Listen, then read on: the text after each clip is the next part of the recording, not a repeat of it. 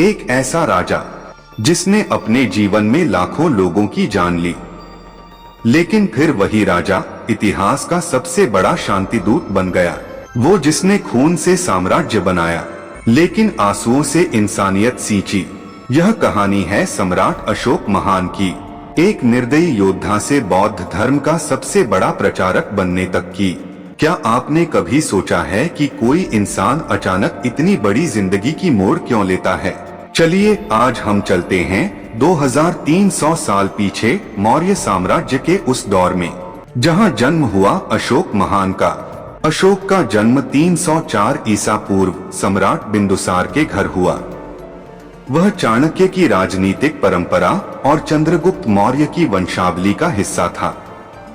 बचपन से ही वह बहादुर, बुद्धिमान और कठोर स्वभाव का था। महल के अंदर ही उसकी शिक्षा दीक्षा हुई, युद्ध कला, राजनीति और शासन कला सिखाई गई।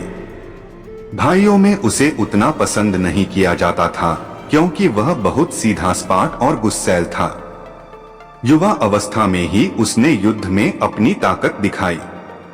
बिंदुसार ने उसे तक्षशिला भेजा जहां विद्रोह भड़क रहा था। अशोक ने बहुत ही तेजी से विद्रोह को कुचल दिया, लेकिन इस दौरान उसकी छवि बनी निर्दयी और कठोर शासक। उसके तरीके इतने सख्त थे कि लोग उससे डरने लगे। बिंदुसार की मृत्यु के बाद गद्दी के लिए संघर्ष शुरू हुआ। अशोक के कई भाई थे, लेकिन उसने राजनीति और युद्ध दोनों का इस्तेमाल किया। इतिहासकार मानते हैं कि गद्दी पाने के लिए उसने कई भाइयों को मार डाला और आखिरकार 268 ईसा पूर्व में वह मौर्य साम्राज्य का सम्राट बना। उस समय मौर्य साम्राज्य दुनिया का सबसे बड़ा साम्राज्य था। अशोक की सबसे बड़ी महत्वाकांक्षा थी कलिंग पर विजय। कलिंग आज का उड़ीसा स्वतंत्र राज्य था, जिसने मौर्य साम्राज्य के अधीन आने से इनकार कर दिया।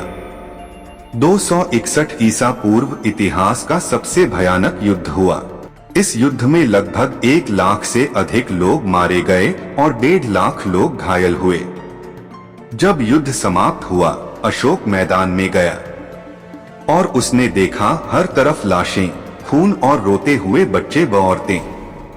उस पल उसे लगा, मैंने विजय नहीं पाई, मैंने इंसानियत हारी है। यही वो मोड़ था जिसने अशोक की जिंदगी बदल दी। कलिंग युद्ध के बाद अशोक टूट चुका था।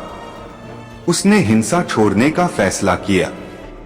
वह बुद्ध के उपदेशों की ओर आकर्षित हुआ। धीरे धीरे उसने बौद्ध धर्म अपना लिया और अपना जीवन शांति, दया और करुणा के लिए समर्पित कर दिया।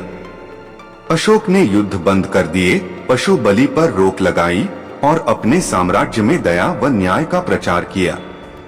उसने जगह जगह अशोक स्तंभ और शिलालेख बनवाए जिन पर नैतिक शिक्षा लिखी गई थी। अशोक ने बौद्ध धर्म का प्रचार केवल भारत में नहीं बल्कि पूरी दुनिया में करवाया।